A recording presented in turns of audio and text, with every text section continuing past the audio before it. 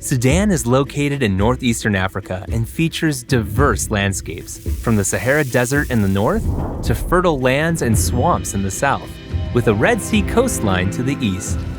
In its capital, Khartoum, the White Nile and Blue Nile come together, forming the Nile River, which flows north into Egypt.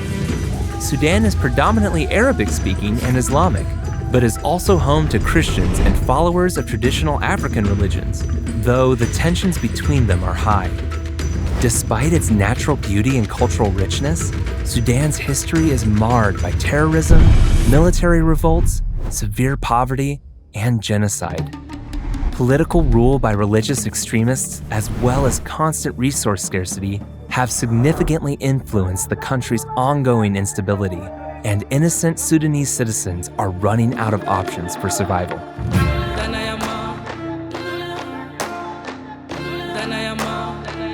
Meet Idris.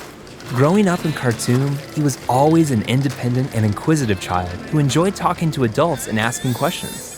But that life is behind him now, and it feels like no one has the answers he's looking for. A few months ago, violence broke out in the streets of Khartoum, forcing Idris, his family, and many others to flee. After a 500-mile, 2-day journey, they arrived in Port Sudan. Parts of the city felt familiar, like the tall buildings and businesses, but other parts were very new.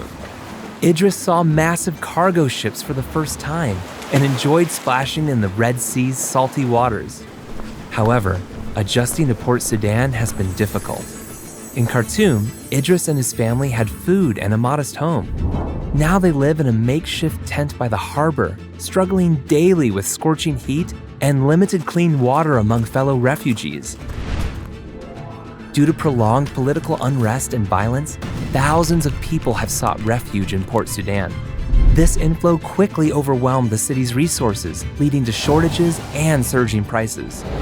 The growing scarcity of necessities like food and water is, in fact, an ongoing crisis throughout the country. About 17.3 million Sudanese, including half of the schools, lack clean water access. This leads to severe health issues, particularly among children. On cooler evenings, Idris stands at the harbor and looks out, feeling thirsty and helpless at the sight of so much undrinkable seawater. He watches other refugees board ships to escape Sudan for good in search of a better life elsewhere. Seeing other children leave, Idris struggles with envy and longing for the safety and resources they might find. But his parents remain hopeful for a brighter future at home, so they stay. As ships vanish into the horizon, Idris can't help but feel trapped. His family had already fled Khartoum. He wishes they'd consider leaving Sudan entirely. Idris misses his old life in the capital. Although he grew up amid Khartoum's political and religious unrest, his uncle was always there to explain what was happening. Uncle Yusuf was a former National Assembly member and staunch advocate for democracy.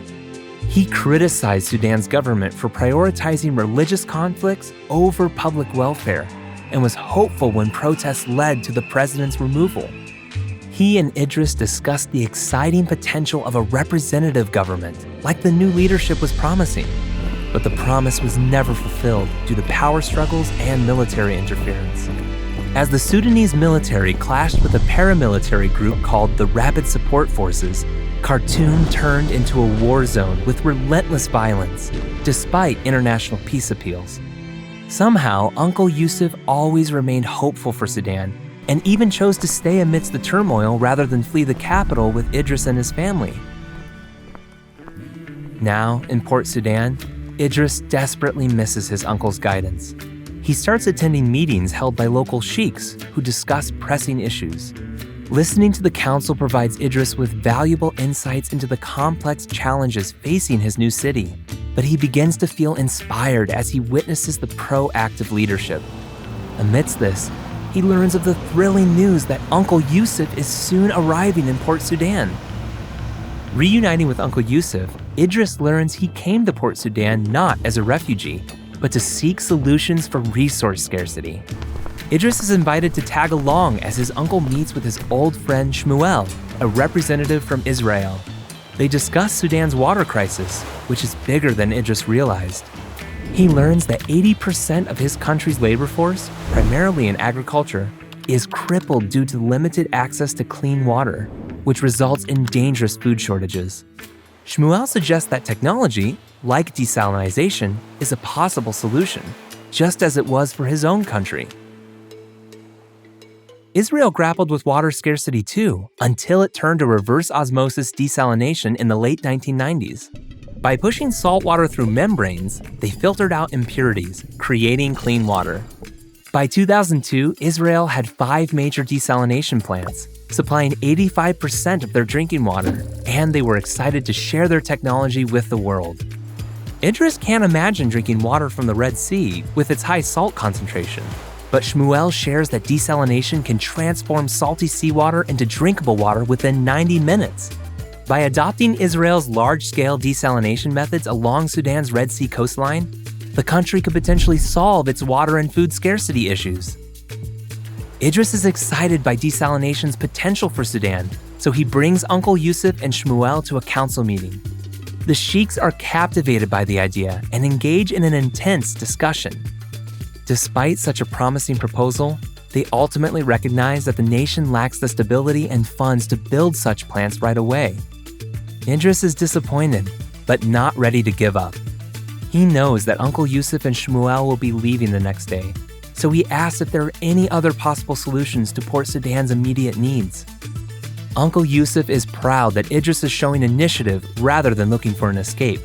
Shmuel suggests reaching out to a non-governmental organization for aid. Many such organizations left during the recent violence, but Shmuel knows of one that still has a representative in Port Sudan. He writes down the address, but it's up to Idris to secure a meeting. In the morning, Idris walks across the city to the address and finds the small office of a faith-based charity. He learns that the charity provides aid all across Sudan in the form of livestock, medicine, and even hand pump wells. He tells the representative about his plan to someday use desalination technology along the Red Sea. Then he presents the immediate need for clean water for his family and the other refugees by the harbor. The representative is impressed by Idris's understanding of the issues and is optimistic they can find a solution. As they say a prayer together, Idris is amazed and hopeful. Faith had always been a source of conflict in his country, but now it was the source of someone's desire to help.